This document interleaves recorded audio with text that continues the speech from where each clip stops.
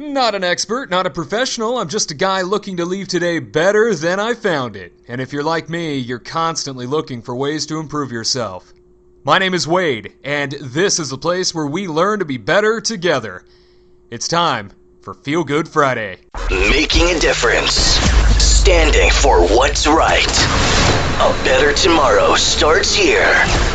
From the Do Good, Be Great studios, you're listening to the Daily Good.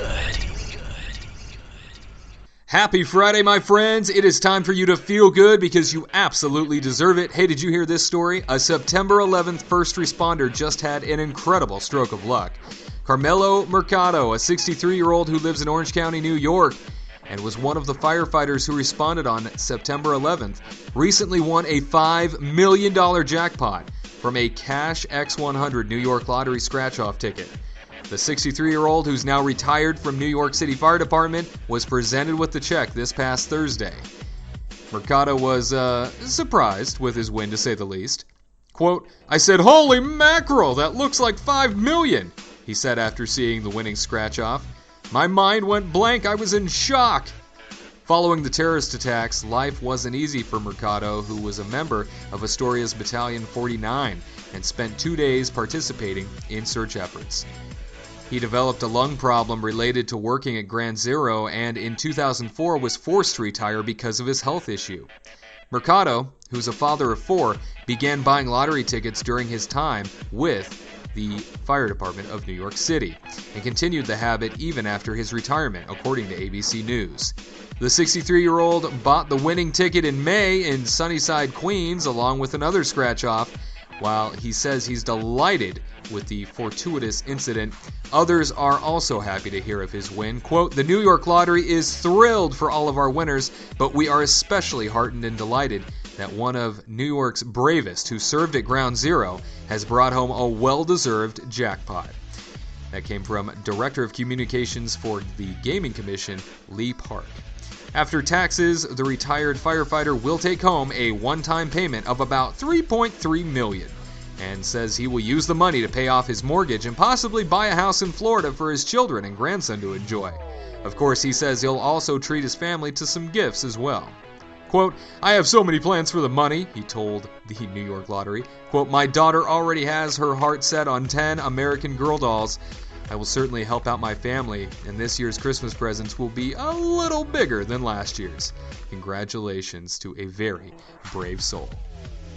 And real quick, from our Celebrities Doing Good file, we wanted to share this with you. Did you hear? Johnny Depp took some time away from the set of Pirates of the Caribbean Dead Men Tell No Tales to visit a children's hospital in Australia last week.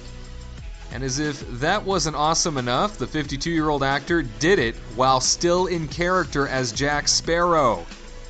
I know, right? 9 News Brisbane captured some of the heartwarming moments which took place at Lady Cilento Children's Hospital and shared photos of it on Twitter last week. One of the children at the hospital, Max Bennett, told ABC Australia he thought Depp's costume was pretty cool.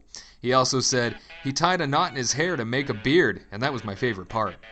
Max's mom told the news outlet the actor was going around the hospital visiting different rooms and seeing the kids who were unable to leave their beds. Depp hugged the kids and took selfies with them, and even when people were trying to move him along, Max's mother said he kept on coming back.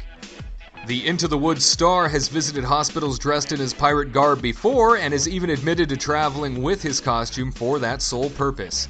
Quote, "Sometimes you go to kiddie hospitals and things like that.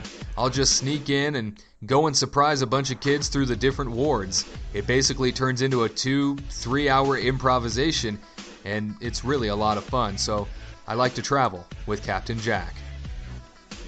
Can we all say together, awesome.